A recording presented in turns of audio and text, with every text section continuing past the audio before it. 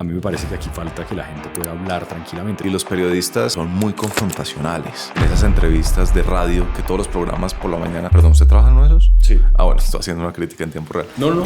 Jorge Espinosa es filósofo y psicólogo de la Universidad de los Andes.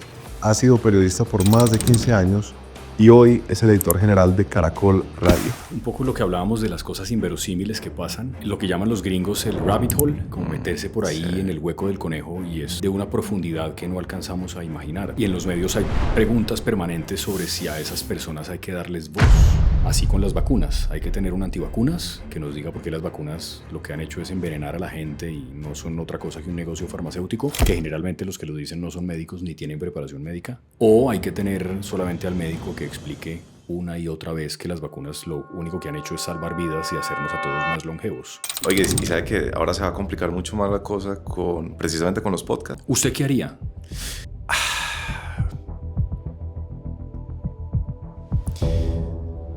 Déjeme hacer de entrevistador, se la cambio, se la tiro al otro palo. ¿A usted lo invalida él por el hecho de, por ejemplo, invitar a un antivacunas a su programa y dejarlo hablar 2 horas? O sea, ¿usted deja de oírlo por ese hecho o no? Bueno, entonces me contaba usted que usted practicaba deportes de contacto.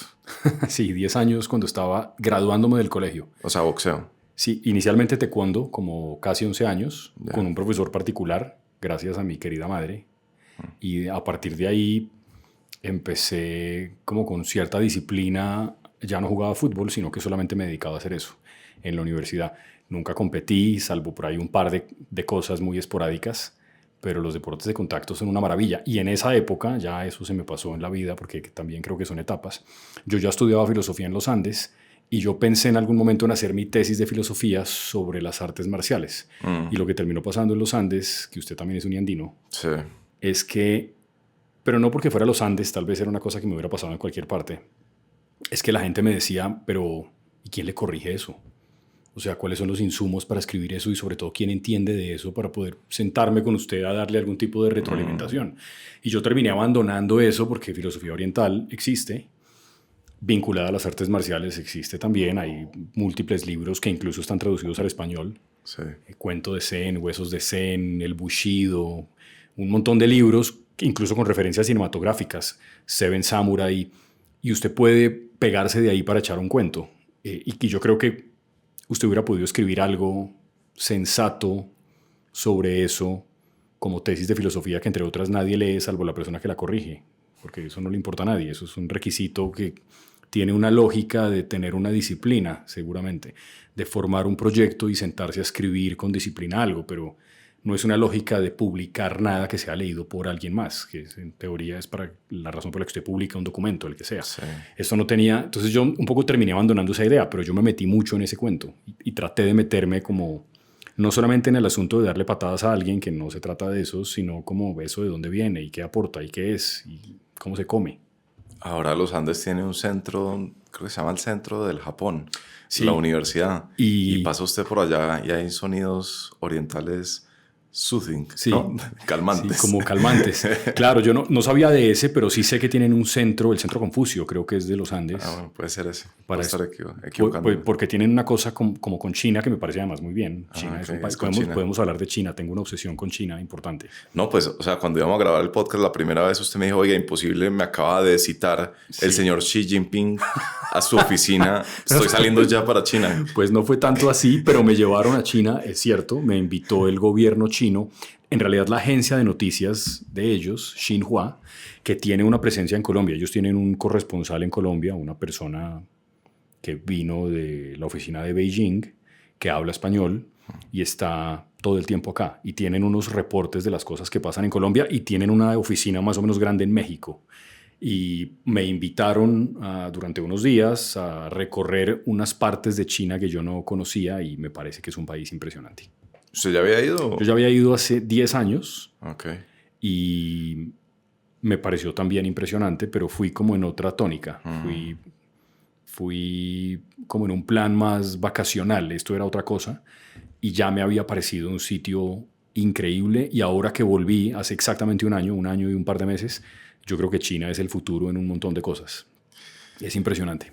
Sí, es muy interesante. Yo creo que esa camada de paisas que abrieron camino en China, comerciantes del hueco que se iban para allá creo que sin saber inglés, pero pues unos berracos.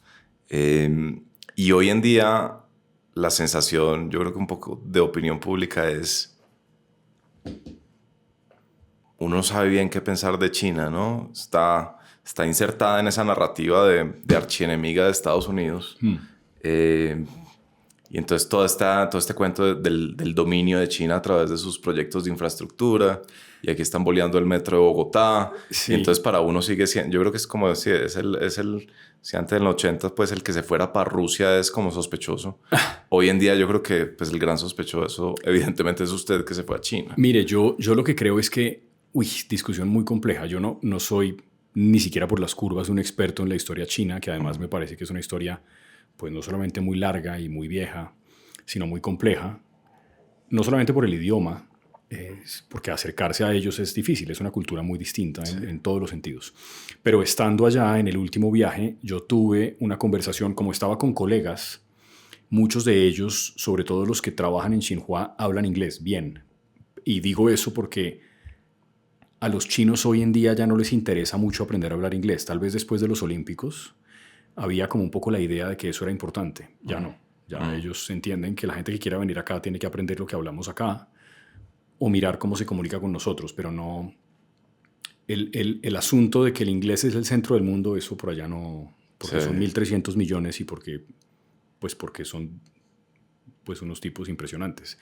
Eso no les importa tanto, pero esta gente que tiene que tener contacto y que a veces viajan como corresponsales por fuera, sí hablan inglés bien. Y yo le pregunté a una periodista de la agencia de Xinhua cómo era el asunto de la democracia, como esas críticas que hacemos acá desde Occidente de que la democracia en China y que es una dictadura y tal. Y le dije, le voy a hacer una pregunta concreta. ¿Usted puede criticar al gobierno chino en Xinhua? Y me dijo, sí, pero con ciertos límites. Ok, ¿y quién los establece? El sentido común. Nosotros somos 1.300 millones de habitantes. La forma de hacer el control político desde los medios no es igual a como se hace en Occidente. Eso no quiere decir que ustedes lo hagan mal, es que acá simplemente funciona distinto. Acá usted puede hacer críticas a cosas que hace el partido, que es un partido único, que son dueños de todo, incluyendo del medio de comunicación. Pero usted tiene que ser cuidadoso en la forma como presenta las noticias, porque la estabilidad del país es más importante que todo eso. Yo no sé muy bien si soy capaz de entenderlo, lo que me está tratando, porque para mí eso sería aquí claramente un acto de censura, de autocensura, pero sí entiendo que en la lógica que ellos tienen, eso tiene un sentido. Y me parece que hay que hacer un esfuerzo mayor por tratar de entender la forma como ese país opera. La historia que tienen pues es distinta a la nuestra. Y las democracias occidentales a veces no son aplicables en todas partes. Ellos tienen propiedad privada, la gente es dueña de los sitios en los que vive desde hace un cierto tiempo. Pueden vender esa propiedad privada y hacer uso de ese capital, pero con unas ciertas restricciones. ¿Usted que es tan lector, ha leído Cisnes Salvajes? Sí.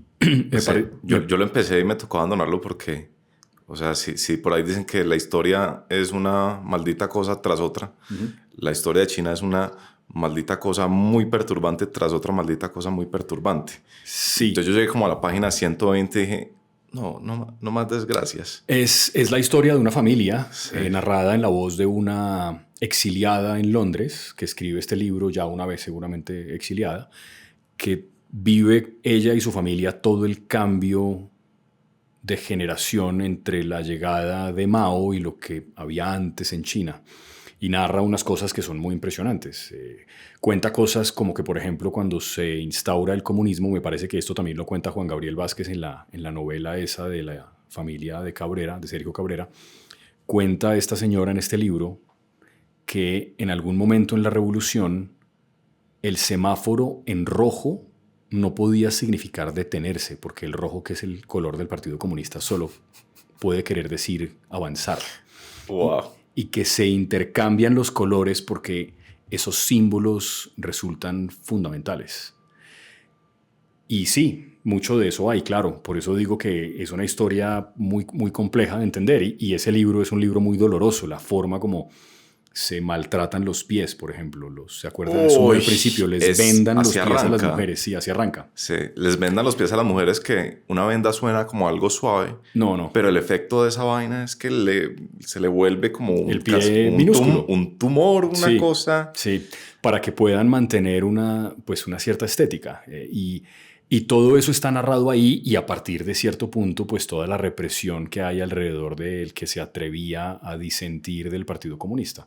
Yo creo que ellos mismos han entendido a lo largo de su historia que se cometieron errores en la revolución. O sea, yo no creo que ellos sean acríticos de lo que ocurrió, porque el revisionismo histórico es un problema. Ahora en Rusia, por ejemplo, dicen, un revisionismo histórico de la figura de Stalin. Por aquí hay un funcionario del gobierno que se la pasa escribiendo en X que tal vez el estalinismo no fue tan malo. No puede ser. Esas cosas son insólitas, pero pues el ministro de Educación tiene sus teorías al respecto. Wow. Pero para salirse de la coyuntura, yo creo que eso es un problema, evidentemente, el revisionismo histórico de una figura como Stalin. Sí. Yo creo que uno le puede también hacer muchas preguntas al maoísmo, indudablemente. El gran salto adelante significó la muerte de millones de personas de inanición. Pero yo creo que de cierto punto para acá, ese es un país que pues es la demostración de un milagro económico. Evidentemente ese es un país que hace 50 años tenía serios problemas para alimentarse a sí mismo, y ahora alimentan a una parte del mundo. ¿Cuál era el objetivo de que usted fuera allá? Como de, venga, conozca esto por acá que no es tan feo como lo pintan. Sí, ellos tienen un poco la idea de que uno, quiero decir, no yo en particular, evidentemente, sino Occidente y sobre todo los países de América Latina, aunque no solamente, había también gente de Europa y otros periodistas invitados y gente que tiene relaciones con China por distintos motivos. Tiene que ir a conocer algunas de las cosas que hacen particularmente, y esto se vuelve popular en el mundo empresarial es muy popular, esto de la sostenibilidad, ¿no? Okay. Ellos tienen esta idea de que sí, el mundo se quedó con el cuento de que son grandes contaminantes, y lo fueron, ellos no lo niegan, en emisiones de carbono y tal, pero de cierto punto para acá es un país que está también haciendo esfuerzos en lo que el presidente Petro diría que es una especie como de transición energética. En esta ciudad a la que yo fui, que no es una ciudad grande, ¿no? Fui a Shanghái, que no tiene nada que envidiarle ni a Londres ni a Nueva York, Shanghái es impresionante. Y Beijing también. Beijing la conocí hace 10 años, supongo que ahora está muy cambiada. Y en esta ciudad, al borde de uno de esos ríos enormes que tienen, el 90% del parque automotor es eléctrico ya. O sea, usted sale al lobby del hotel y pide un taxi, y el taxi llega, y de 10 taxis hay 9 que son eléctricos, completamente eléctricos. Tienen como un cuento con esto, y han ido recuperando las riberas de los ríos para hacerlos navegables. Tienen como toda una historia en este sentido. Y me parece que ellos también sienten que, como eso queda tan lejos, por acá la única información que uno recibe es esa de lo que usted me preguntaba. Claro. Uno no sabe bien cómo mirarlo. Sí, no sé. Que además es información que pues, puede que usted no sepa cómo mirarlo, pero sin duda le genera cierta prevención, ¿no? Sin duda. Tiene cierta prevención y... Sin duda. Lo que además me parece que curiosamente crea como un efecto como simpático, y es, una vez usted ya vence la barrera y se mete allá a territorio chino, entonces la sorpresa es doble, ¿no? Es como, wow, esta gente no es como yo la había pintado en mi cabeza. No, y además son muy amables.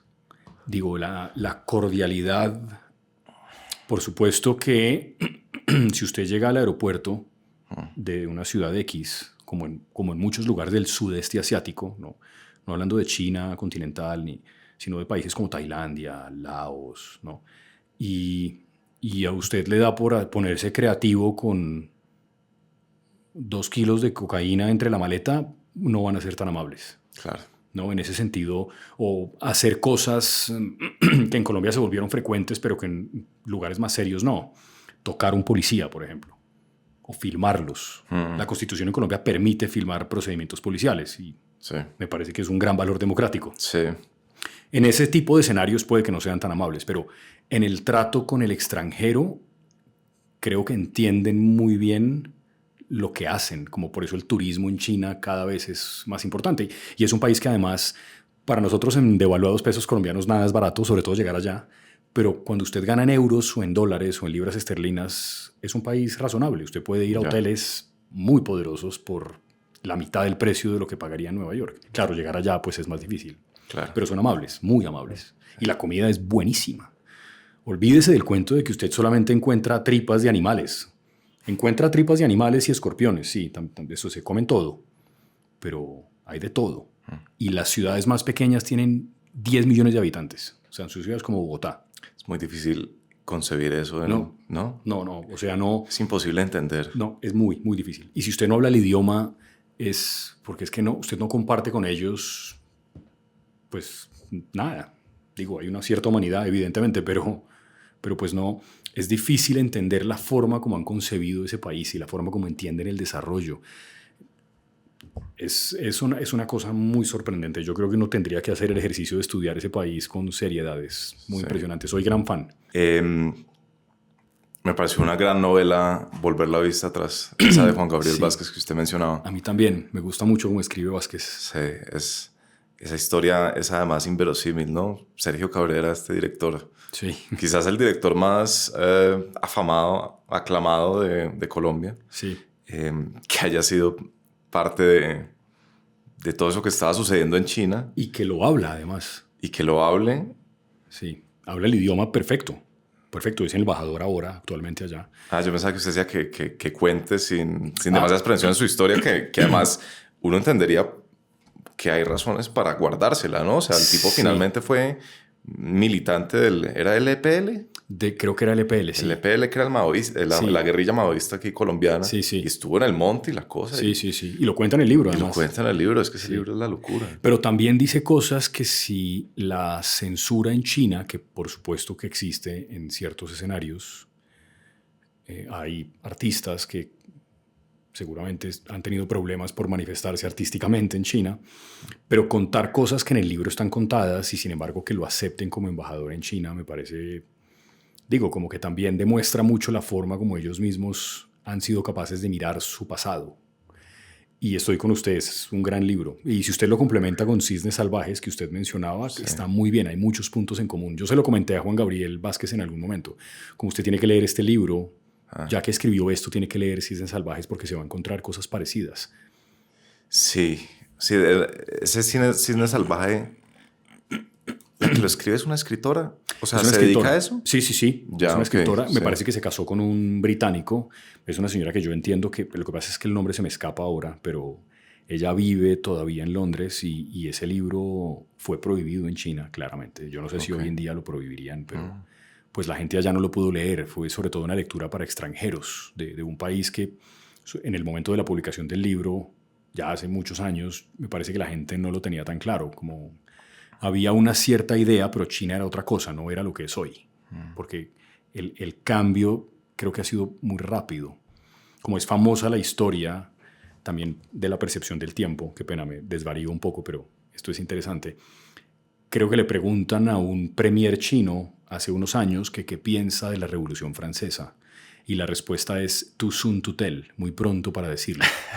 Y eso le da un poco la idea de la manera como ellos pues entienden los procesos históricos. Eso no es como aquí, ¿no? La percepción del tiempo es otra. Tal vez porque es una cultura milenaria, supongo. Es interesante eso que usted menciona de la autocensura de los medios, casi como un ejercicio de responsabilidad de, oiga, si yo planteo esta noticia desde un ángulo provocativo, desde un ángulo demasiado escandalizante, esto puede tener unos efectos muy graves para la estabilidad de un país de 1.3 billones de personas. Sí. Pero sabe que me recordó una cosa de Colombia, y es que Roberto Pombo cuenta en un libro que hizo con Constaín que cuando él llegó a la Dirección General del Tiempo, entendió por fin lo que siempre le había dicho, creo que era Hernando Santos, que había sido el director antes, y es que la responsabilidad del director del tiempo es masiva, es enorme, y que usted allá no puede darse el lujo de ser ligero con cómo va a transmitir la información. Entonces, sí, o sea, el mismo fenómeno, pero un país de 1.3 billones versus un país de 50 millones en ese momento de 40 o de 30 y pico. Sí. ¿No? O sea, finalmente todo el mundo tiene un poco en cuenta esa responsabilidad. Yo le diría que probablemente los odiadores del tiempo, bien sea porque pasó por las manos y por la creación de la familia Santos en otro momento, porque ahora pertenece a un grupo económico muy poderoso, le dirían que no están de acuerdo con que cuiden la información. Yo le diría que yo sí creo que la cuidan. Probablemente, si usted le pregunta, si usted sienta aquí, en este podcast, a 3 directores de medios y les pregunta cómo titulan un hecho particular, los 3 van a salir con un titular distinto, con enfoques distintos.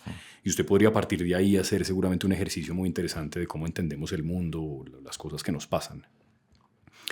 Pero cuando usted me estaba mencionando eso, pensaba que los tiempos primero han cambiado mucho en el sentido en que los medios nos hemos convertido en pescadores de fake news permanentes, entre otras las fake news que difunde en su muy activa cuenta de X el presidente de la República, que incluso para hablar de sí mismo difunde fake news, fotos manipuladas y cosas de estas que parecen un poco absurdas. Es una realidad paralela muy rara. Y yo creo que los medios hemos también caído en eso. ¿Cuál es el colega que levante la mano, el primer colega que no ha caído en una manipulación de información? Nada más en estos días, yo sé que usted acá trata de alejarse de las cosas actuales, pero esto es inevitable. Nada más en estos días, otro medio de comunicación distinto al Tiempo publicó lo que parecía ser un informe de inteligencia sobre cómo el ELN se mueve por Venezuela, solo para que el Ministerio de la Defensa tuviera que salir a decir que ese informe confidencial de inteligencia pues no era tal, era apócrifo, era falso. Y fue publicado en una cuenta de X que tiene casi 3,5 millones de seguidores.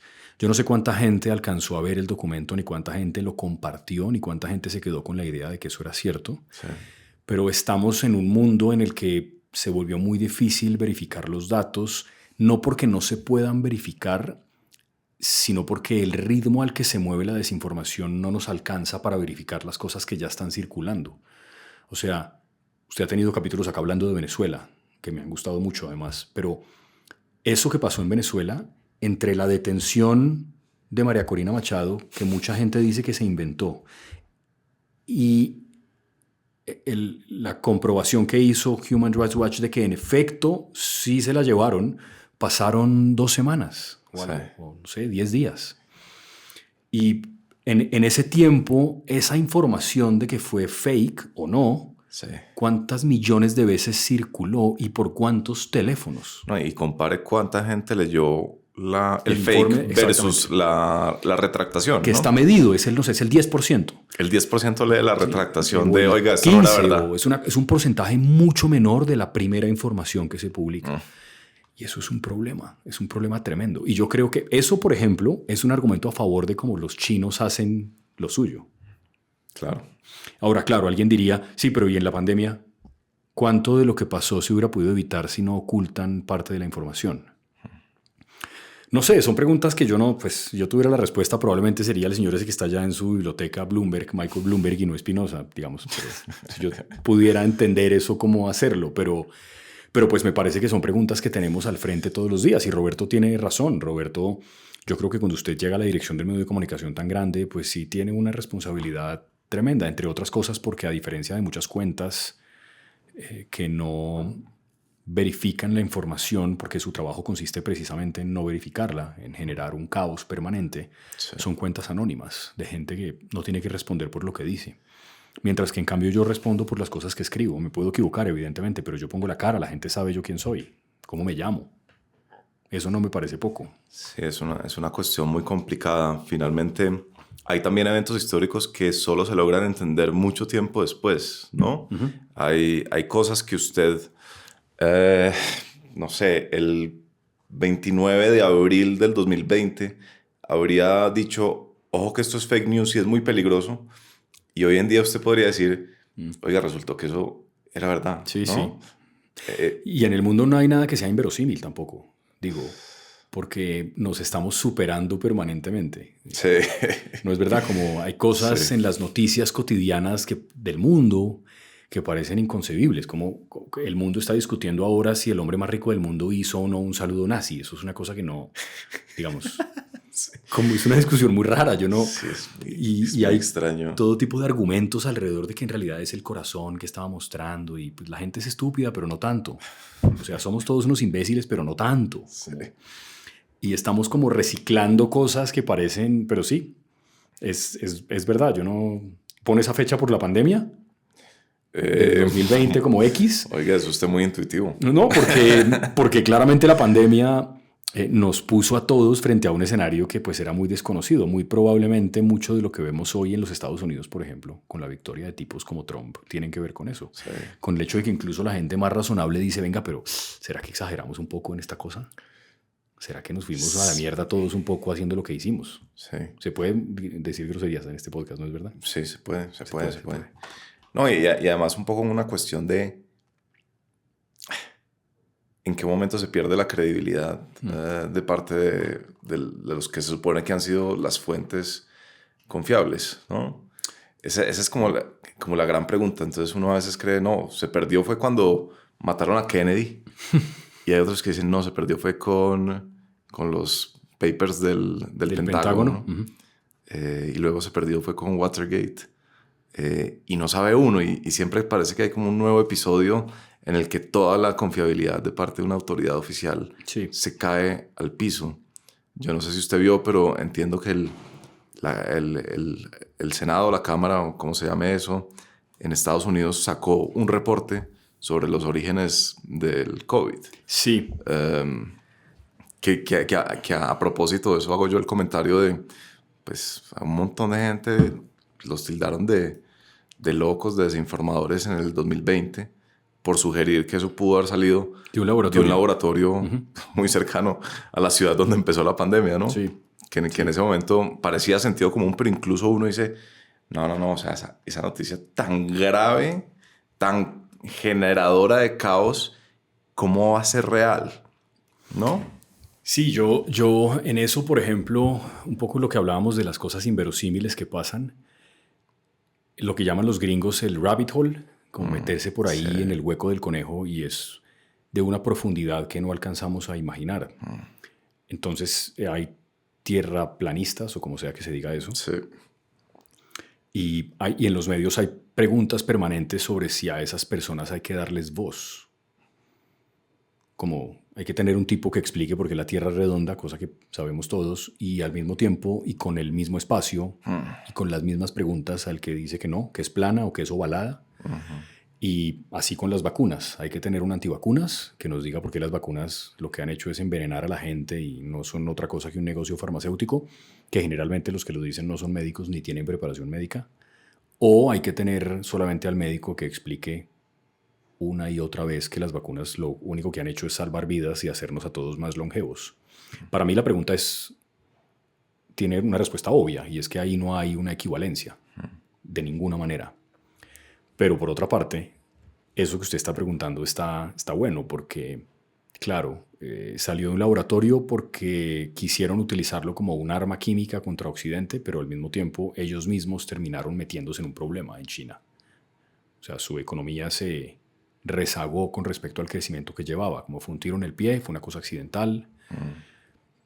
Era esa la intención, ¿no? Exacto, es muy difícil. Es muy difícil. Y oye, y sabe que ahora se va a complicar mucho más la cosa precisamente con los podcasts. Porque finalmente usted en podcast tiene chavacanes como Joe Rogan, como mucha gente creerá que soy yo, que no tiene ningún tipo de prevención en traerse al conspiranoide más conspiranoide de todos y simplemente dejarlo que eche su cuento. Sí. Que además son cuentos elocuentes, ¿no? ¿Usted qué haría? No sé, eso es una pregunta que yo me he planteado. Yo no siento necesidad de que Colombia sepa la verdad sobre el COVID, ¿no? Sobre el origen del COVID. Yo lo que pienso es...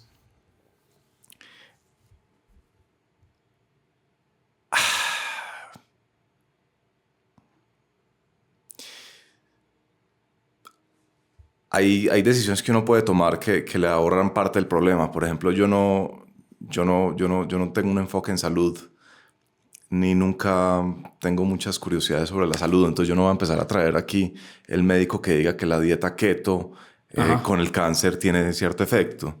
Que veo que muchos podcasts de los grandes tienen esa tentación como casi de volverse esclavos del algoritmo. Sí. Y si usted tira una frase pues contundente de que el cáncer se cura con X, Y o Z, pues el algoritmo lo replica. Pero le pongo, déjeme hacer de entrevistador, se la cambio, se la tiro al otro palo. No con cosas médicas, pero por ejemplo, ¿a usted le parece, usted mencionaba a Joe Rogan, probablemente el tipo que cambió la forma como los podcasts se hacen y se comercializan en el mundo, además. El contrato que tiene con Spotify es de no sé cuántos cientos de millones de dólares. Es una cosa... como 200 al año. Una cosa ridícula.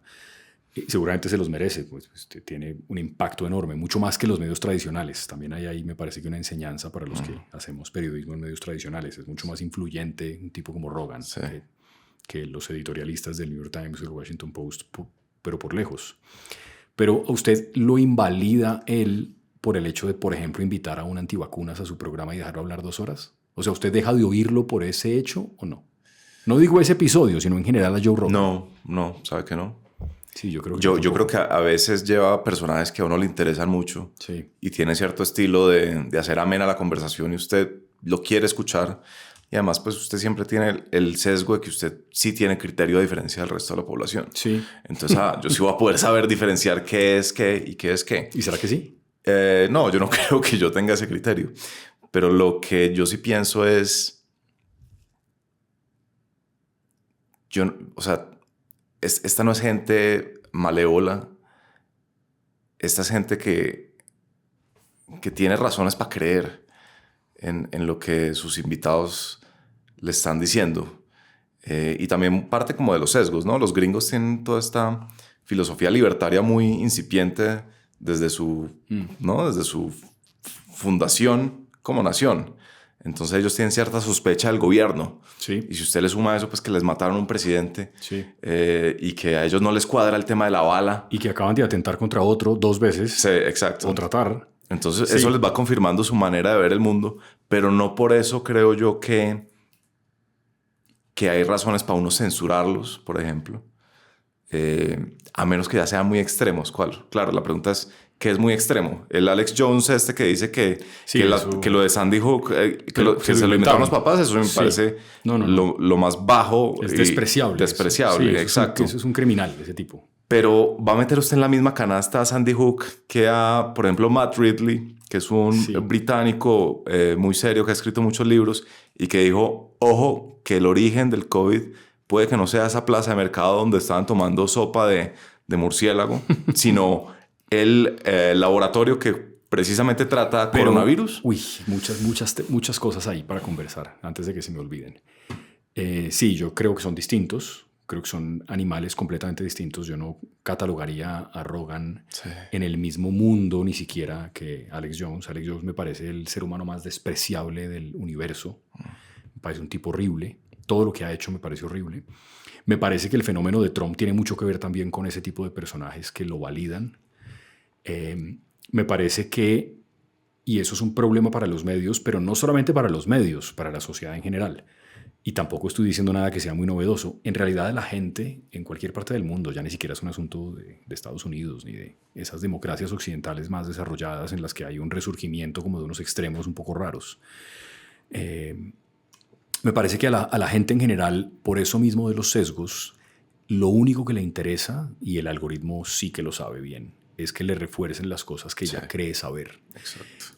Y uno tiene alternativas. Yo, por ejemplo, tengo pocas redes sociales, solo tengo X. Sufro mucho con X, no por las cosas que me dicen en X, que me dicen muchas, sino porque tengo la permanente sensación de que estoy perdiendo el tiempo cuando estoy en X. Ok. Pero es inevitable no mirarlo y refrescar a ver qué están comentando, qué están diciendo, cuántas interacciones tiene un trino X, Y o Z. Eso me genera como el control que puede ejercer sobre mi tiempo y el tiempo de mis hijos, por ejemplo.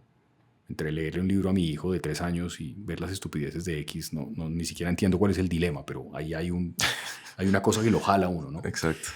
Yo creo que no tiene alternativas, pero por ejemplo a mí me pasa, yo no sé usted cómo se informa de las cosas que pasan en el mundo, no en Colombia, sino en el mundo, pero uno debería ser, si se considera un tipo realmente liberal, ni siquiera libertario, liberal clásico, uno debería hacer el ejercicio de ver lo que escribe la gente de Fox, por ejemplo, o de Newsmax, o todas estas cadenas, digamos, de la ultraderecha en Estados Unidos.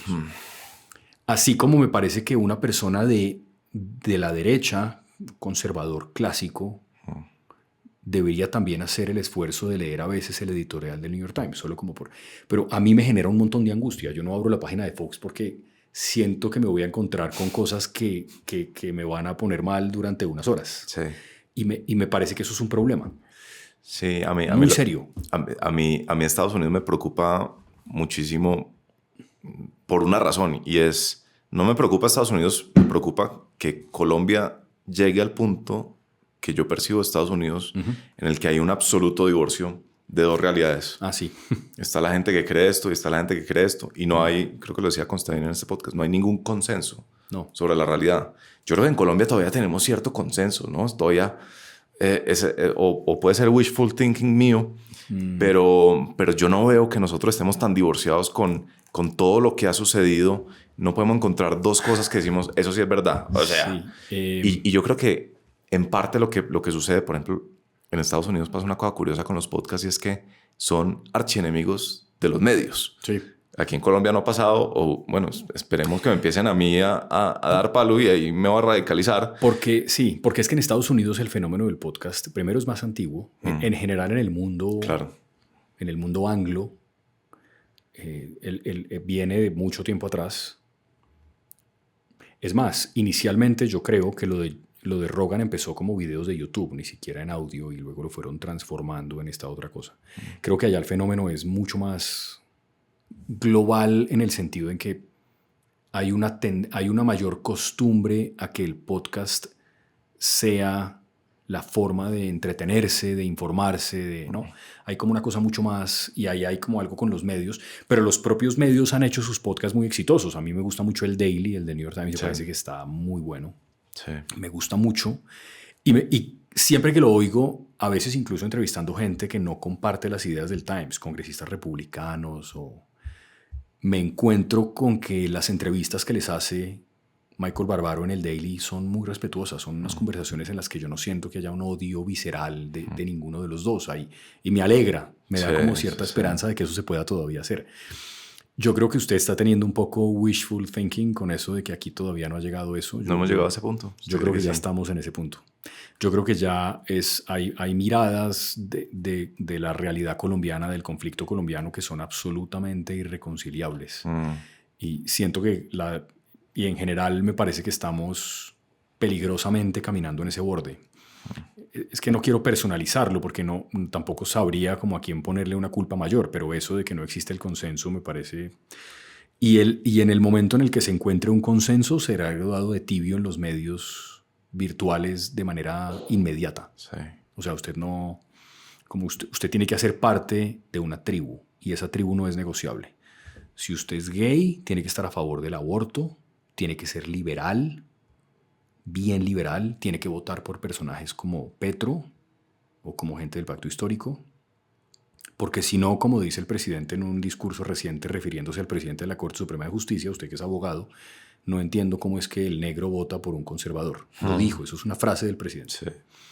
Porque claro, si usted es negro, eso no tiene ningún sentido. Y lo mismo, y del otro lado es igual, si usted es católico, si usted es conservador, usted tiene que estar en contra del aborto siempre, en todas sus formas. Usted tiene que estar en contra de que los gays puedan casarse. Usted tiene que sí o sí votar por personas de Uribe hacia la derecha, porque todo lo otro es sospechoso. Si usted se sale de ese redil, vamos a tener un problema. Usted ya tal vez ven que tenemos que explicarte algo que no entendiste. Y no creo que sea un fenómeno solamente de la izquierda o de la derecha. Me parece que pasa en los dos, y hay una cierta condescendencia. Como el Tino no puede votar por los de la derecha porque el Tino no entendió. O sea, que alguien le explique al Tino que es que ellos fueron esclavos, sus antecesores y no sé qué. Todo eso me parece absurdo. La gente me parece que es como... No lo entiendo. No entiendo eso. Me parece que no... Y cada vez es más difícil estar afianzado en la realidad que uno cree, ¿no? Como decía usted, siempre salen versiones revisionistas. Por ejemplo, estos días estaban casi que echándole la culpa de la Segunda Guerra Mundial no a Hitler, sino a Churchill. Y lo estaban haciendo en un podcast, no alguien precisamente de izquierda, sino este señor Tucker Carlson. Sí, bueno. Que llevó a un parecido a Alex Jones, o sea, así impresentable. Llevó a un pseudohistoriador. Sí.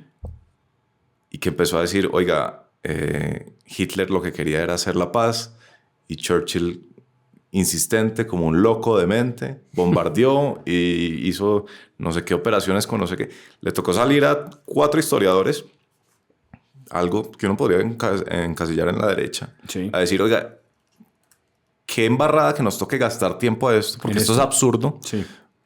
Pero, o sea, simplemente... Increíble, yo no sabía, no lo había oído, pero me parece que sí, es el mundo en el que estamos. Fíjese que si usted hace la evolución, en el caso de Tucker Carlson sobre todo, no es el único, pero si usted sigue esa evolución de ese discurso, en estos días estaba pensando en eso con el 3er aniversario de la guerra en Ucrania, que todavía hay gente, mucha gente, sí, que insiste en que la culpa no fue de Putin, ¿no? Que es que a él... Sí. Como Ucrania, que es un país soberano, no puede entrar a la OTAN porque ¿cómo vamos a...? Ay, pobre Vladimir, eso no se podía. Que la culpa fue de la OTAN y de los gringos y de, en general, sí, las democracias occidentales, francesas, alemanas, suecas, gringas, porque Ucrania quería ser parte de la OTAN y que cómo iban a hacerle ese desplante al señor Putin. Ese es un argumento que yo no puedo entender. Pues, pero le voy a decir, ¿usted cómo lo podría entender? Métase un día en un rabbit hole de esos y se da cuenta que el poder de succión del rabbit hole es que usted al final va a decir por el grupo de sus amigos, no es tan fácil lo de Rusia y Ucrania. Sí. Yo creo que en cierto punto nos va a tocar simplemente tomar la decisión, oiga, está lo que estoy pensando ahora a raíz del rabbit hole que me metí en internet, en redes sociales, y está el sentido común. Vamos a volver a respirar y vamos a volver un poquito al sentido común. Pero uno sabe que Stalin fue un hijo de puta. Sí, claro. O sea, mató, no sé, cuántos ucranianos de hambre, 20 millones, son cosas absurdas. Uno sabe que Mao también arrasó. Sí. Pero claro, le van a decir, oiga, pero Churchill causó una hambruna ¿en dónde fue? No, y a los aliados les van a seguir insistiendo en la India, pues en el caso de los británicos, la forma como trataron a los indios. Y a usted le van a seguir insistiendo probablemente con algo de razón también. Por eso es que en la vida casi nada es blanco o negro. Sí. Hay muchos matices de muchas cosas. Y a usted le van a seguir insistiendo en que la forma como los aliados bombardearon a Alemania cuando ya Alemania estaba prácticamente derrotada en la Segunda Guerra también debería considerarse como un crimen de guerra. Pero la probabilidad de que usted diga eso y lo gradúen de nazi está muy cerca. Sí. Y pues supongo que los historiadores ya con una cierta preparación podrían argumentarlo infinitamente mejor que yo, pero me parece que ahí también hay unos puntos, ¿no? En una guerra realmente, pues todo el mundo comete excesos, las guerras son eso, es la barbarie total, la deshumanización absoluta, de eso no se salva nadie en ninguna parte. Pero yo sí creo que también hay cosas que se pueden decir claramente, el país que invadió a otro es Rusia, ¿no? Y lo mismo que se señala desde el otro lado, a uno se le olvida. Yo soy muy fan de los gringos en muchas cosas. Allá estudié y es un país que me parece que tiene cosas impresionantes. Pero los gringos se inventaron una guerra para invadirse un país. Y después acabaron con él. Sí. ¿No? Y esos momentos que uno dice, ¿será que se perdió la confianza en el gobierno? Por ejemplo, eso fue una cosa tremenda. Y si usted se pone a ver el discurso de Trump, todas esas invasiones a países extranjeros, Irak, Afganistán, el hecho de tener presencia de tropas gringas en otros países, como esos, por ejemplo, son también un canto de victoria suya, es un lema, yo soy exitoso porque durante mis 4 años nosotros no estuvimos, no creo que utilice la palabra invadir, pero no estuvimos presentes gastando plata en conflictos que no tienen nada que ver con nosotros. Eso. Y eso me parece y esa es una evolución muy interesante porque pasamos de unos ultraconservadores como Bush inventándose la guerra de Irak con el vicepresidente Dick Cheney, que ahora tiene a su hija Liz Cheney convertida en la mejor amiga de los demócratas criticando a Trump. Eso es un fenómeno muy raro, porque ya incluso lo de Trump es tan extremo que ya ni siquiera un tipo como Dick Cheney is enough. O sea, hay que ir más a la derecha porque Cheney ya es un tibio, ya es casi un demócrata. Sí. O sea, 2 pasos más y es un liberal. Y eso me parece, porque en ese camino, ¿cuánto nos falta para que ya Trump tampoco sea suficiente? Digamos, ¿vamos en ese camino? ¿O en el costado opuesto? ¿Cuánto falta para que un tipo como Ortega ya tampoco sea suficiente? O los Castro, la gente que sigue diciendo que en Cuba no hay dictadura. Las maromas que hace el propagandista favorito del gobierno, Mauricio Jaramillo Jacir, diciendo que en realidad en Venezuela ahí es un autoritarismo, no sé cómo, y un montón de maniobras, fascismo. Suena muy elocuente además el todo, profesor Jaramillo. Y es impresionante cómo habla. Como no, a mí me parece muy bonito lo que se intentó hablando de la Constitución de Chávez, como ese proceso, estas palabras que le gusta, plural, ¿no? Sí. Multipolar. Él es muy bien hablado, es un tipo inteligente, es un tipo que sí. claramente ha leído mucha cosa. Yo no estoy tan inteligente que ha abandonado el sentido común. Negándose. No, ha sido un defensor del samperismo desde siempre y no lo niega, además. Es un defensor él no, seguramente no diría eso, no del proceso 8000, pero sí de las cosas que pasaron durante el gobierno Samper. Considera a Samper su jefe y una especie como de luz y de guía y de faro. Tal vez eso explica sus posiciones con Venezuela, pero él trabajó con Samper en un tiempo y es un hombre muy elocuente y es capaz de hacer este tipo de maromas para justificar las cosas que del otro lado le parecen horribles. Y eso es una cosa que no tiene... El problema de esas cosas es que este gobierno terminará algún día y él tiene que salir a poner la cara de las cosas que ya dijo. En fin. Sobre el bombardeo de los aliados a Alemania, ¿leyó usted el de Kurt Vonnegut, el de Slaughterhouse 5, creo que se llama? Sí, pero... Oiga, muy bueno, ¿sabe? Sí, voy a anotarlo. Tengo en estos días, uno de mis hijos sacó un libro de Kurt Vonnegut que tiene la portada es como de un gato, un libro con una portada muy rara, amarilla, un amarillo pollito, y lo tiró por ahí en el piso y lo vi. Yo lo leí en la universidad, ni siquiera me acuerdo de qué se trata el libro, pero... Tengo la referencia de Vonnegut porque tengo ese libro de él que me pareció muy divertido, de eso me acuerdo, pero voy a hacerle caso a eso. ¿Y habla de ese tema? Habla del bombardeo de Dresden. Claro, que hay un libro reciente que se llama así, Dresde, de hecho. Tiene creo yo, como varias manifestaciones artísticas sobre la guerra, como esa transición entre el entusiasmo de la guerra, como el que ve uno, por ejemplo, en esa película de All Quiet on the Western Front, Sin Novedad en el Frente. Sí. Que al principio son estos reclutas alemanes felices de que van para el frente y 40 minutos dentro de la película ya uno está asqueado. De lo que y está por viendo. supuesto ellos también están asqueados y pues atemorizados. Ya, me puedo estar equivocando, pero también me dio esa sensación que es una mirada como un poco, como ya ese desapasionamiento de creíamos que esto era lo chévere, que la guerra era lo máximo. Y ahora de repente la guerra es una matazón y tiene una cosa que a mí, yo no sé si me gustó o no, pero tiene como un estribillo que repite durante todo el libro. Cada vez que matan a alguien dice algo que ya no recuerdo. Pero es lo mismo, la misma frase. La misma frase es como so it goes, algo así, creo que es so it goes. Entonces, pero un poco para mostrar la repetidera de la muerte en la guerra. Sí. Ese me parece chévere. Yo no he leído más de Vonnegut. No, yo tengo pero es que no me acuerdo cómo se llama. Usted finalmente... Yo tenía cierta imagen de los periodistas que pensaba que todos eran periodistas.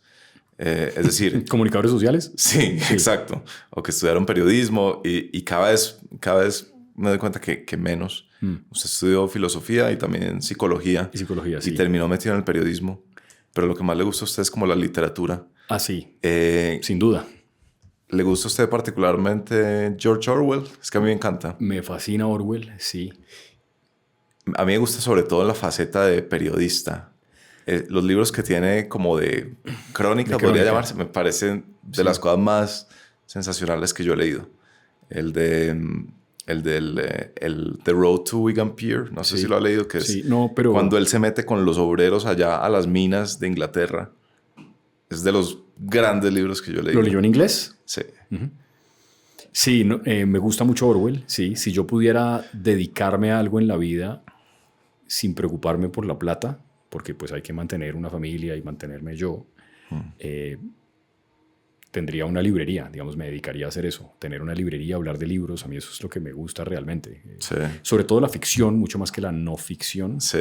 Yo no soy un gran lector de ensayo. Sí, me di cuenta cuando miro con desprecio mi biblioteca. Ni biografías. No pasa nada. No, pero tiene cosas bien interesantes. Lo que pasa es que del centro hacia la derecha hay mucha cosa que yo no sé si leería. Hay uno de Henry Kissinger ahí de liderazgo y otros.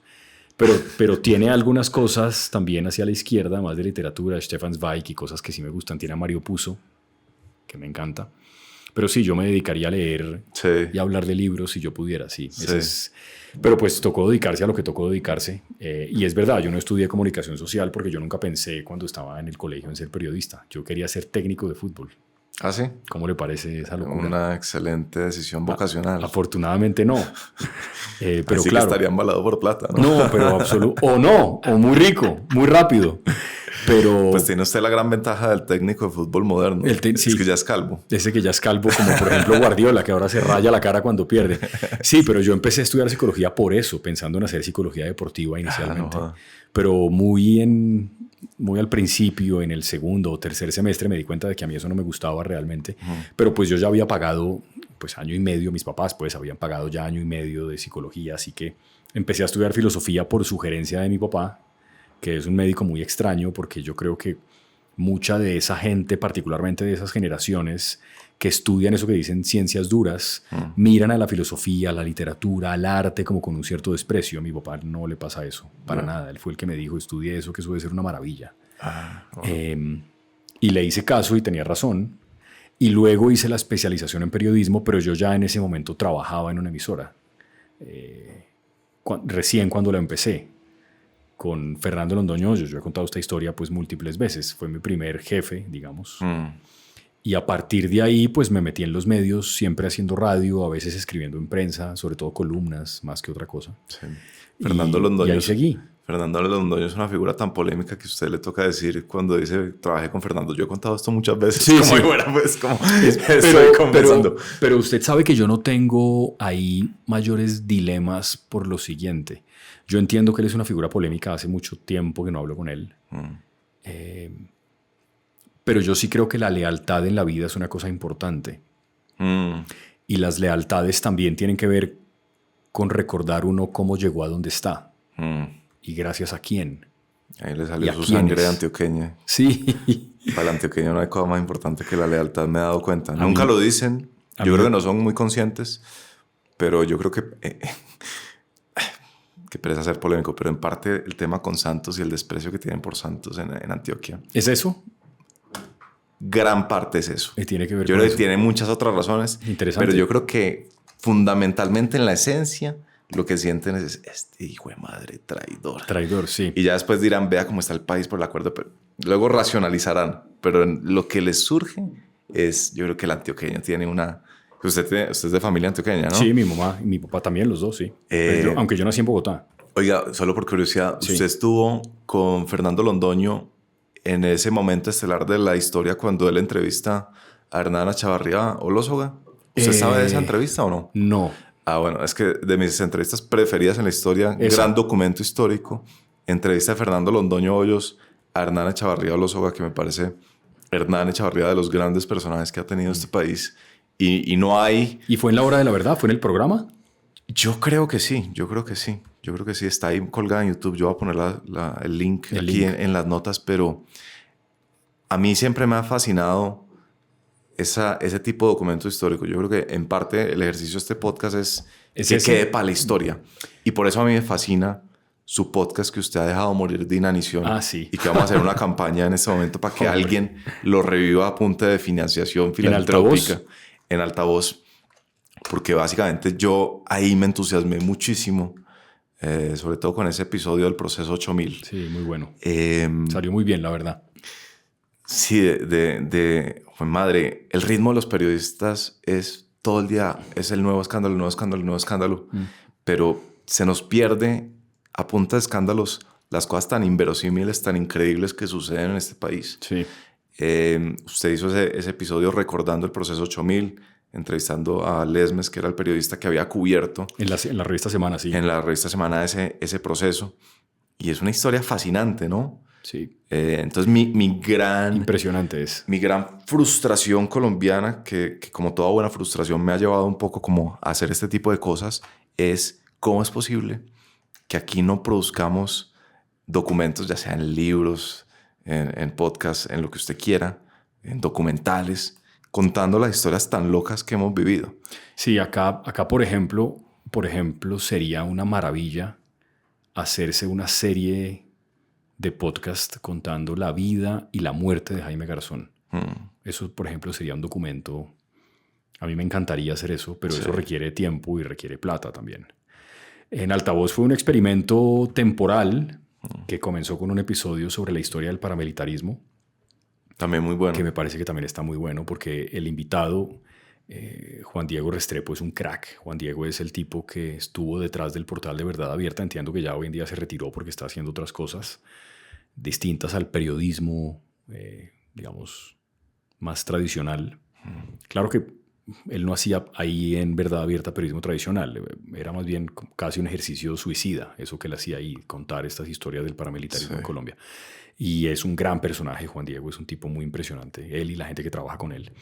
Y ese fue el primer episodio y la idea era poner solamente en audio, nunca en video, era poner ahí como estas historias de gente que pudiera hablar tranquilamente, que es un poco lo que usted hace aquí en Atemporal también.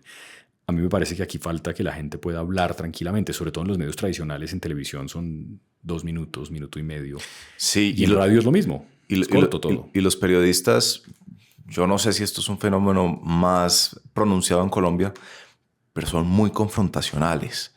Y yo creo que el público colombiano se ha acostumbrado a que la labor del periodista en esas entrevistas de radio, que todos los programas por la mañana... Perdón, ¿usted trabaja en uno de esos? Sí. Ah, bueno, estoy haciendo una crítica en tiempo real. No, todos son muy parecidos y sobre todo en el sentido de que la gente tiene la expectativa de que sienten allá al responsable de la noticia del día y lo arrinconen hasta yo no sé qué, hasta que confiese algo, hasta que la embarre, hasta que pase lo de Simón Gaviria y diga yo nunca leí esa ley, o pase lo de la otra ministra que dijo eso lo mandamos por 472 y no ha llegado, por sí. eso. Pero es que ¿sabe qué pasa? Pasan varias cosas ahí. Es cierto que hay un poco esa tendencia porque a la gente le gusta el bonche. Sí. Eso es popular. Porque a veces también se necesita. Sí, no, de acuerdo.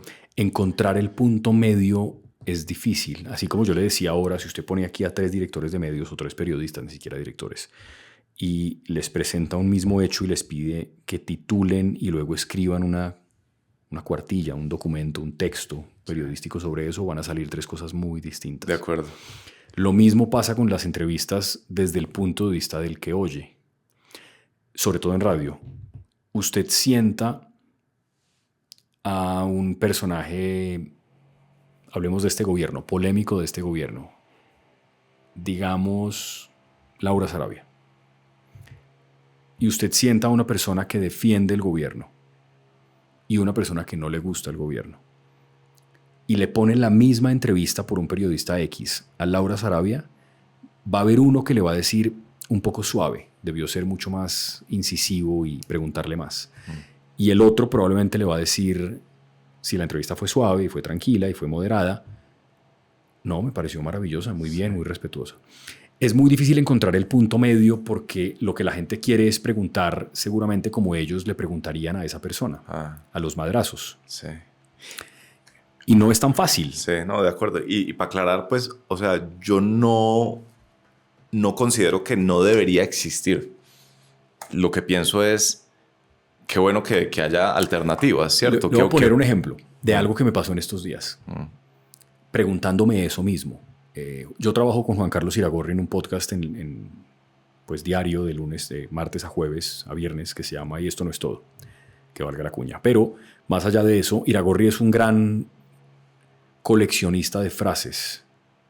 Tiene muchas frases sobre periodismo, muchas de las cuales además son de Álvaro Gómez. Una es, creo que es esta, el buen periodista hace notar sin hacerse notar. Esa me parece muy buena. Tiene otra que me encanta y es una cosa que uno debería aplicar, creo que no solamente para el periodismo, en general para todo en la vida. Y es que usted en el periodismo tiene que ser comprensible para los albañiles y tolerable para los académicos. Ese es el punto medio y eso me parece maravilloso. O a un periodista nada le es indiferente. Eso también me parece que es una muy buena frase. Y en esas frases, esa de hacer notar sin hacerse notar, tiene un poco que ver con eso que usted señala de la confrontación un poco violenta con el entrevistado. Y en estos días releí una novela de un tipo que me gusta mucho, que ya murió hace poco, Paul Auster, Sí. Brooklyn Follies, que me parece un novelón tremendo. Y oí un podcast que a Paul Auster le hacían en un programa de la BBC que creo que se llama Frontline. Y es un periodista veterano británico. Y este es un escritor. Es como si usted sentara acá a Ricardo Silva, bueno, o a Constaín, que lo ha tenido acá, o a Juan Gabriel Vázquez, o una figura como a Martín Caparrós, o lo que sea. Y empiezan a hablar, y el periodista de la BBC, muy institucionales, muy británicos, ¿no? Todos muy formales, hay un momento en el que empieza a preguntarle, casi que sin dejarlo hablar. Paul Auster empieza a hablar de algo y el tipo le dice, no, pero es que usted se ha dicho que son fascistas los de Trump y no sé qué. Probablemente el periodista de la BBC está de acuerdo, pero el nivel confrontacional de la entrevista es muy impresionante. Y después me quedé pensando si ese mismo tipo de entrevista a una figura política, ya no literaria, sino política, frontal, Sí. Michelle Obama, Kamala Harris, no sé, cualquier ex primer ministro británico o ministro en ejercicio, debe ser una cosa muy violenta. Es que no sé si violenta es la palabra, pero el nivel de confrontación es muy impresionante. Me llamó mucho la atención la forma como lo interrumpe, le contrapregunta, le dice que no está de acuerdo, vuelve y le contrapregunta, le insiste en un punto. Y Paul Auster, como con mucha tranquilidad, trata de manejar la cosa, pero con un nivel confrontacional súper alto. A mí me parece que eso es valioso. Sí, no, de hecho, es que me parece que en ese sentido el pluralismo, para volver a las palabras del profesor Jaramillo, es muy valioso en el periodismo. Vea Sí. que recuerdo, por ejemplo, que Alberto Donadío Sí. criticaba y le tiraba durísimo a Pombo, que lo llamaba como el periodista conciliador. Y Pombo le responde como, sí, es que yo soy conciliador, yo no veo la necesidad de estar precisamente como atemorizando a la gente para que revele, confiese alguna cosa. Sí. Ahora, que exista el Pombo, que tiene cierta mirada, que exista el Donadío, que es un investigador, el berraco, que exista, por ejemplo, ¿cómo se llama? Jorge, el que entrevista a todos a Chávez y que es durísimo, un tipo canoso de la televisión internacional de Miami. Quizás. ¿Ramos? Jorge Ramos, que Sí. exista ese personaje, a mí me parece maravilloso. Sí. Y en ese sentido yo sí creo que la pluralidad es buenísima en esa dimensión del periodismo. En las mesas de radio en Colombia se supone que se juega un poco con eso, con la idea de que las mesas de radio son también como una puesta en escena. Y en la puesta en escena de un teatro cualquiera, usted tiene un cómico, tiene un tipo que está bravo, tiene otro que concilia, tiene como roles distintos. Ya. Y se supone que en las mesas de radio eso es lo que tendría que existir. Yo creo que hay algunas que lo logran. Creo que Julio es un maestro haciendo eso, por ejemplo. Y creo que lo hace pues muy bien. Él concilia. Generalmente Félix es un poco más incisivo o calvaz. Y el doctor Casas también está un poco del lado de la conciliación, como de la cosa más tranquila. Y juegan un poco con esa idea. Y eso me parece bien. A mí me parece que por el contrario en Colombia hacen falta más programas que hagan eso, que pongan eso, que sean más plurales en ese sentido. A veces creo que hay muchos hombres, Sí. Menos mujeres en las mesas de radio de las que debería. Pero eso es otra discusión también muy complicada. Cada cual se habitúa un poco a lo que tiene. Creo que yo trabajo en Caracol Radio, pero creo que el éxito de Blue, por ejemplo, con Néstor Morales es un poco eso, que a la gente le gusta la confrontación. Como hay otras personas que dicen, pero se quedan mucho en una noticia. Yo quiero que me informen de 15 cosas rápido porque no tengo tanto tiempo. Mientras yo me afeito o lo que sea, tengo 10 minutos y quiero saber un poco un panorama general, no que se queden hablando de una sola cosa mucho rato. Son estilos que pues son distintos y yo creo que cada cosa tiene su momento. Lo que sí creo es que el periodista en general tiene que tratar de no confundir su trabajo con el de un fiscal general, porque ese no es el oficio nuestro. Sí. Yo creo que usted puede tratar de que la gente entienda las cosas que pasan haciendo preguntas y dejando que la gente hable sin necesidad de estar tratando permanentemente de joder al otro, porque no todo se trata de eso. Para eso hay un momento, pero no son todos los momentos.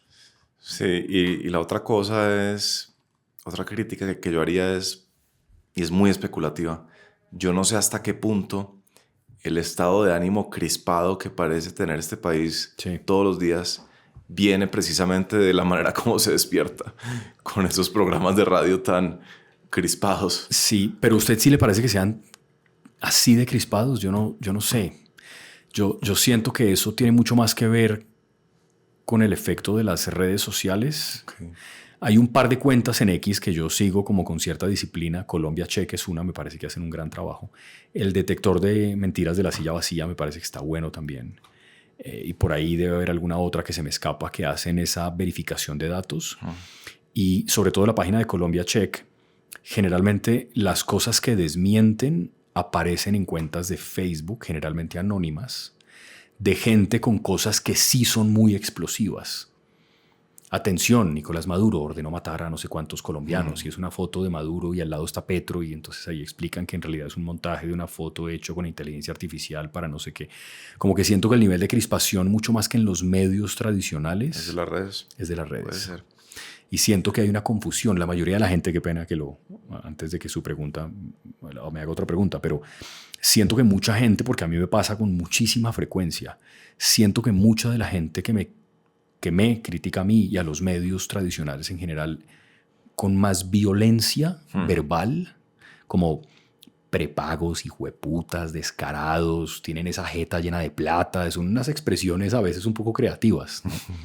Prostitutas de la información, bueno, unas cosas que son realmente horribles. Mucha de esa gente puede llevar años sin oír lo que hacemos, sin saber realmente lo que se pone al aire. Usted pone un trino, son 100 caracteres, y a partir de ahí se desata el infierno. Y luego cuando usted trata de decir, no, pero es que aquí está la entrevista, a la gente no le interesa, a la gente le interesa insultar y sentir que ha hecho justicia por su propia mano. Como yo le dije a ese miserable lo que se me refería, pero sí, pero es que la entrevista la hicimos y pues hablamos con no sé quién y la gente no le interesa mucho. O sea, lo que digo es que generalmente la gente que se sienta a oír puede que no le guste lo que usted hace, lo que hago yo. Y cambien o apaguen o lo que sea, pero por lo menos hay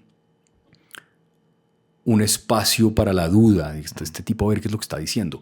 De otra manera es simplemente eso, yo tengo la idea de que los medios son, como son todos iguales y son todos al servicio de no sé quién, entonces esa vaina de ser toda igual, eso digamos todo de lo mismo.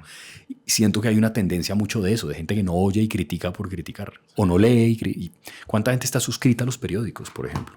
Hay un odio enorme por el tiempo, incluso por la gran historia del Espectador, por la familia Cano, por la gente que es la dueña del Espectador hoy. ¿Cuánta gente de esa que le bota mierda a esos periódicos permanente está suscrita al periódico o a la revista Semana o a Cambio? Yo soy columnista de Cambio y agradezco un montón la oportunidad que me dan de escribir ahí. Pero mucha gente me escribe como, no, pero es que las columnas hay que pagarlas. Claro, hay que pagar la suscripción porque yo tengo que llegar al mercado y a mí no me van a... Yo no digo que yo trabajo en no sé dónde y me regalan la leche, pues hay que pagar las cosas. El periodismo dejó de ser lo que fue hace un tiempo porque hay que mantenerlo. Y la única forma de mantenerlo es o con suscripciones o con pauta, no hay otra forma. En Altavoz, su podcast, para volver a él. Sí. Entonces tiene, por ejemplo, ese episodio del Proceso 8000. Sí. Tiene una entrevista a Cecilia López, a Ramiro Bejarano. A Ramiro Bejarano, sí. La estadista se llama la Cecilia López. Valga decir, me parece que es una mujer tremenda esa. La admiro mucho. Yo me compré un libro sobre unas cartas de amor que se escribían unos paramilitares, creo. Sí. O eran, no sé si eran guerrilleros o paramilitares. A raíz también de un episodio que usted grabó sobre los hornos crematorios. De los paramilitares, sí. Sí, ese episodio también es impresionante. ¿Qué visión del país le ha generado a usted meterse en esos temas? Que estamos reciclando guerras. Creo que hay un libro que se llama así, Las guerras recicladas. No sé si es de María Teresa Ronderos o de quién. Y creo que tiene razón. Creo que eso es lo que hacemos acá permanentemente. Ahora con esta matazón terrible en el Catatumbo, siento que estamos como repitiendo la misma historia una vez más. Que somos un país a pesar de nosotros mismos también.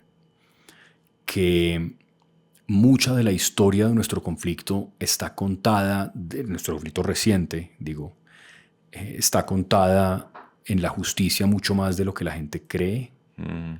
Hay expedientes de justicia y paz de miles de páginas hablando del fenómeno paramilitar en el Magdalena Medio, en el norte de Colombia, de Salvatore Mancuso, de Jorge 40, de muchos de estos nombres que, pues que sí, hicieron tanto daño.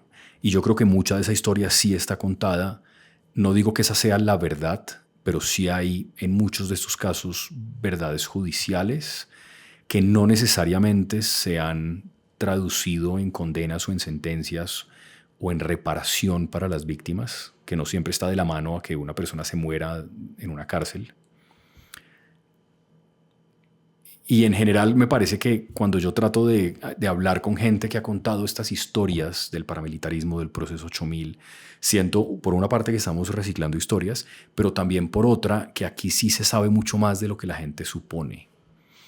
Y eso me genera una esperanza como renovada, y es que pues aquí se han hecho las cosas a pesar de las dificultades. Hace poco tuve la fortuna, digo yo, de moderar, de presentar unos podcasts de la Jurisdicción Especial para la Paz, de la JEP, tan odiada por la derecha en Colombia. Aunque sospecho que poco a poco va a ir reivindicándose, sobre todo con la derecha. No es que lo necesite hacer, pero digo, ese va a ser un efecto de las cosas que está haciendo. Y cuando usted se mete... Perdón, ¿por qué lo dice? Porque durante las épocas del proceso de paz con el presidente Santos, personaje que por cierto yo sí reivindico absolutamente, ese no es muy popular entre ciertos círculos sociales, pero yo sí reivindico a Santos en muchas cosas. Y me parece que la historia también lo va a terminar reivindicando mucho más de lo que sospechamos hoy. Y creo que durante todo ese tiempo, y no es una sorpresa, la derecha colombiana manifestaba la idea con mucha fake news para hacer votar a la gente emputada, como decía algún representante del uribismo cuando el plebiscito perdió el sí, ganó el no.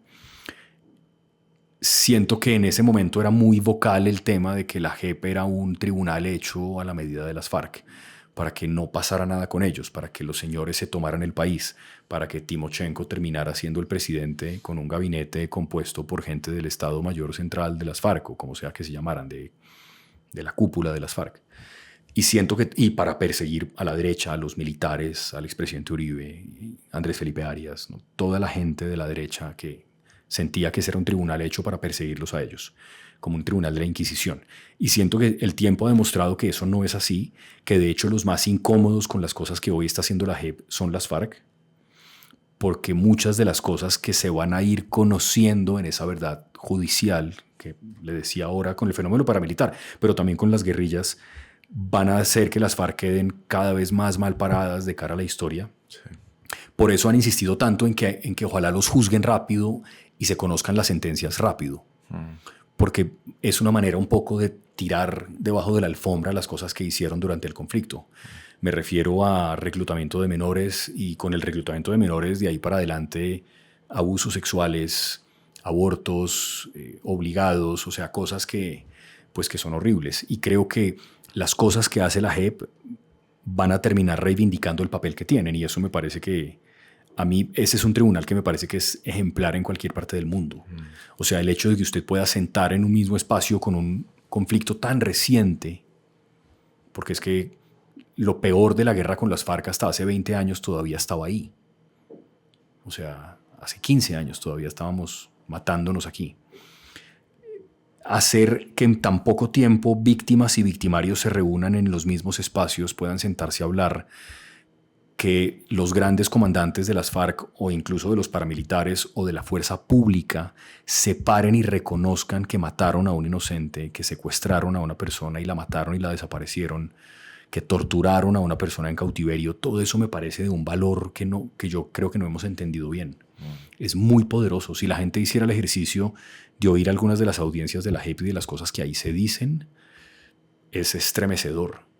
Los testimonios de arrepentimiento de gente, de militares que han podido, después de años de tener un peso terrible en sus espaldas, porque por supuesto que hay gente que es sociopática, o sea, hay gente que no se arrepiente de nada, siempre habrá gente así, en todos los bandos y en todos los mundos y en todos los universos, pero también hay gente que se vio involucrada en situaciones terribles de ejecuciones extrajudiciales, por ejemplo.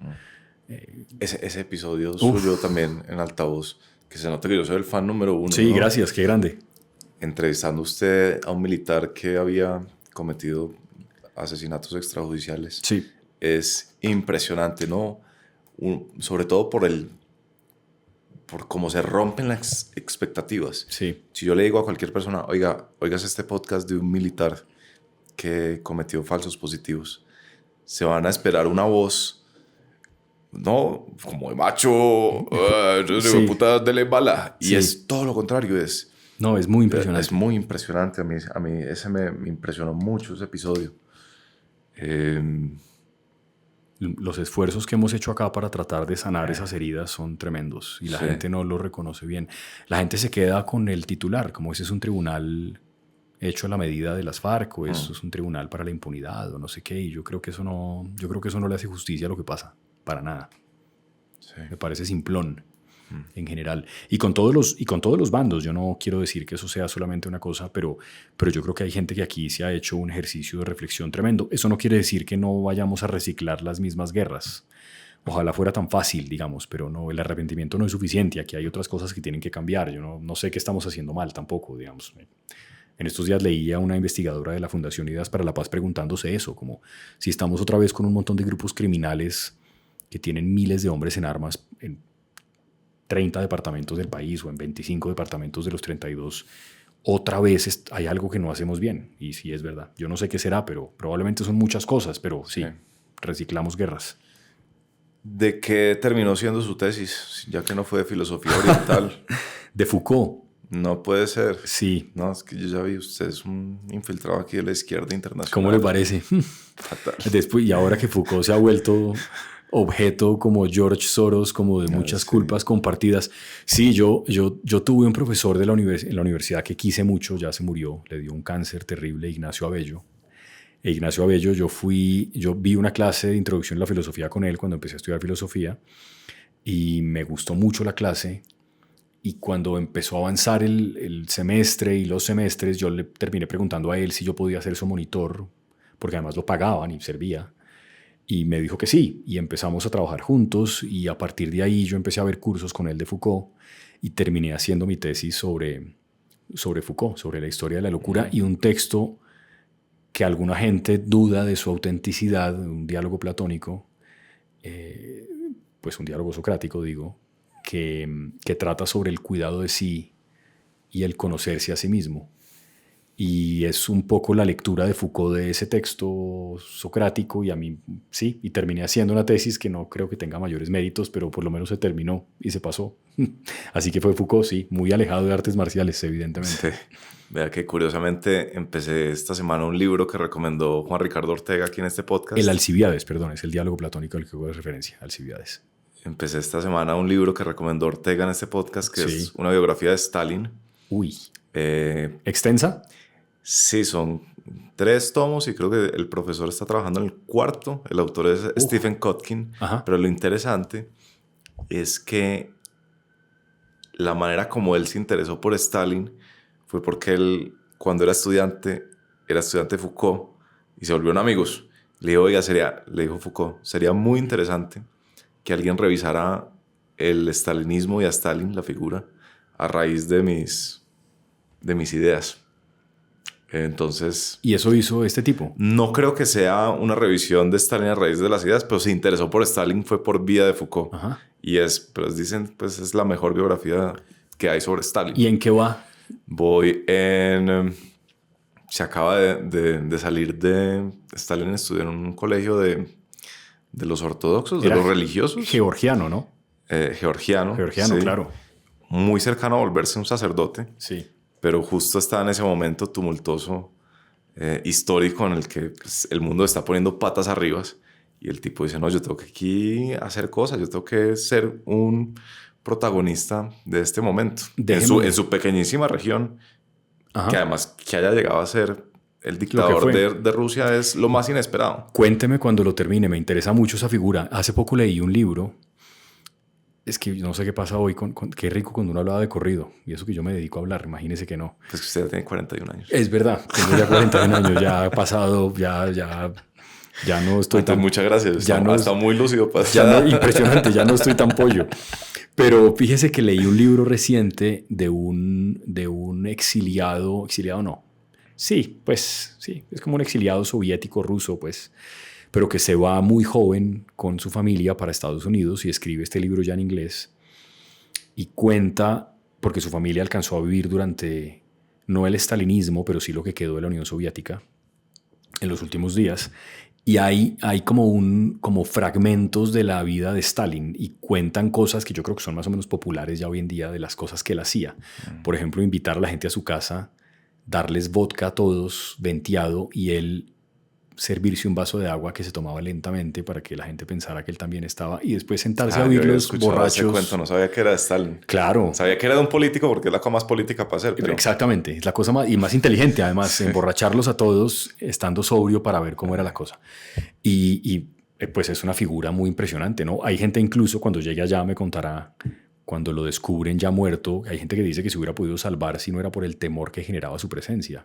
Como que la escolta no fue capaz de entrar al domicilio porque el tipo no salía del cuarto y algo pasaba, no fue capaz de hacer nada por el temor a que algo le pasara, y cuando se dan cuenta ya llevaba muerto no sé cuántas horas. Si se hubieran dado cuenta antes, de pronto lo salvan. No, pero la más impresionante de esa es que la gente, cuando él se echaba discursos, aplaudía parada durante 15, 20 minutos porque les daba miedo que los vieran dejar de aplaudir. Entonces nadie sabía cuándo dejar de aplaudir. Sí, eso es como Corea del Norte. Ese era el nivel del terror. Sí, en Corea del Norte es una cosa parecida. La gente tiene que pretender que siempre está feliz y completa, porque si no, si se deja ver una malquerencia en un gesto o en un símbolo, pueden estar en problemas.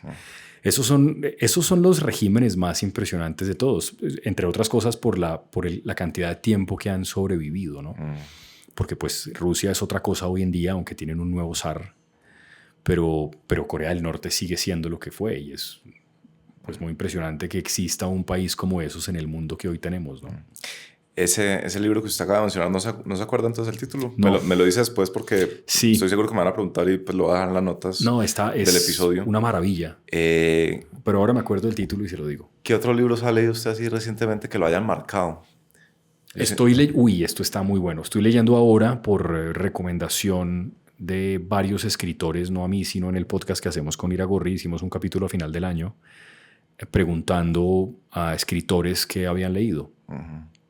Y muchos de los que hablaron en el podcast, le digo la mitad de los que hablaron, mencionaron el último libro de Leila Guerriero. ¿La llamada? La llamada. Tengo ganas de leerlo. Me ha parecido muy bueno. Sabe además que me parece que muy bueno. Ella acostumbrada a escribir textos tan cortos, tuvo que haber sido retador, pero según veo muy exitoso el ejercicio de hacer ya un libro ya largo. Yo lo estoy leyendo en Kindle, que no es un formato que me guste mucho, pero sospecho, yo no lo he visto físico, que es un libro bien extenso. Sí. Y es una historia de una argentina que es secuestrada por la ESMA, o llevada a la ESMA, pues al centro de torturas ni tan clandestino que había en Buenos Aires, en la Escuela Mecánica de la Armada Argentina, por los marinos argentinos, en la época de la dictadura. Ella era montonera, pero tenía varias características que después, leyendo el libro, yo no conocía mucho de esa historia.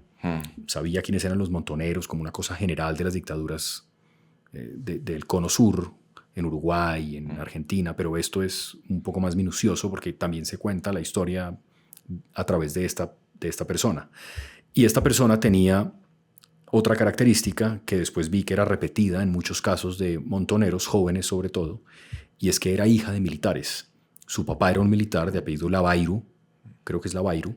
El papá era un piloto de la Fuerza Aérea Argentina que terminó trabajando para Aerolíneas Argentinas o lo que fuera el equivalente en ese momento, pero era un general respetado en las fuerzas militares. Y ella termina siendo montonera, termina capturada como montonera, llevada al centro de torturas, y tiene a su hija Vera en el centro de torturas, en una mesa, en una especie como de celda. O sea, tiene el parto. Tiene el parto ahí, porque no alcanzan a llevarla a una clínica y tiene el parto ahí con otros militares que pues le ayudan a... Bueno, y lo que es dramático de la historia de la señora, para no dañar el libro...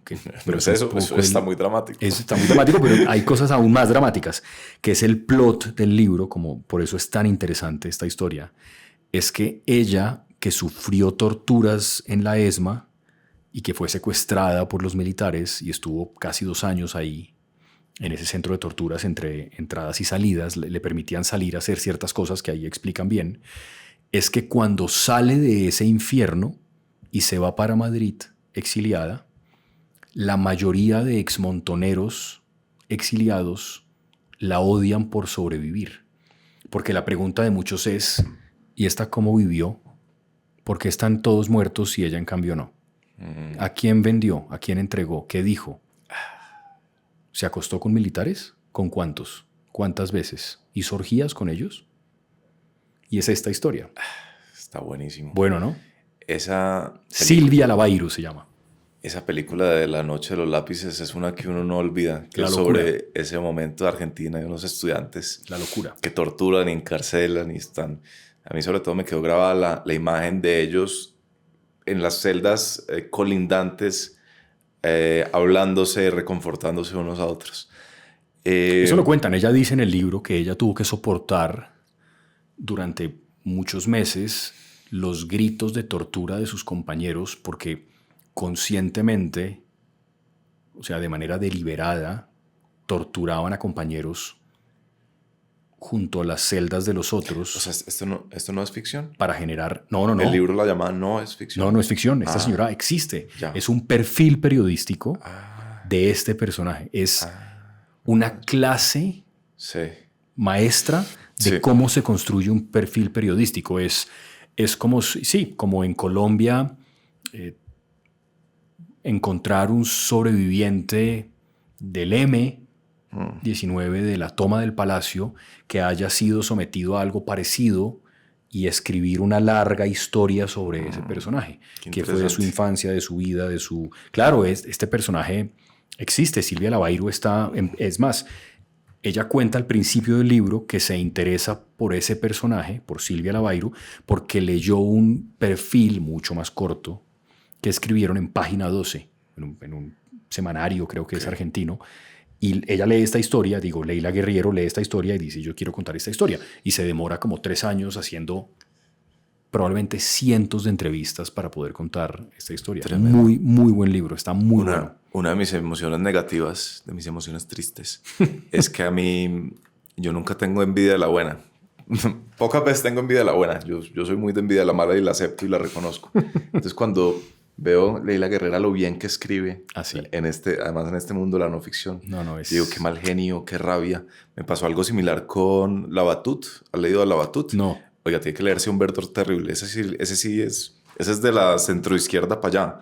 Ese sí es, ahorita se lo muestro. Me mandaron de la editorial hace poco. Un chileno, y escribe de una manera, yo nunca había visto algo así en español.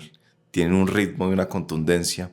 Y es excelente. Y es todo unos perfiles de científicos, sí. Pero relacionados con la guerra. Entonces el tipo que se inventa el gas mostaza. ¿No? Y los dilemas de quien crea esta cosa tan terrible, pero luego se inventa el fertilizante que permite que no se mueran de hambre. Es decir, no es ficción tampoco. No, tampoco es ficción. Está ahí como uno no sabe bien, es como no ficción, pero ¿será que eso es ficción? O sea, es raro en ese sentido, pero son personajes reales. Y también yo veo a Labatut y luego como escribe y me da mal genio. ¿Por qué él sí y yo no? Pero me dio algo alivio, es que vi que Leila Guerrero empezó su carrera en el 91. O sea, que muchos fue años. 2 años antes de que yo naciera. Entonces, ella me tiene algo de ventaja. Bueno, no sabía yo que usted tenía también otro podcast. Al parecer, nadie en Colombia tiene tantos podcasts como usted. Pero... Tantos proyectos fracasados.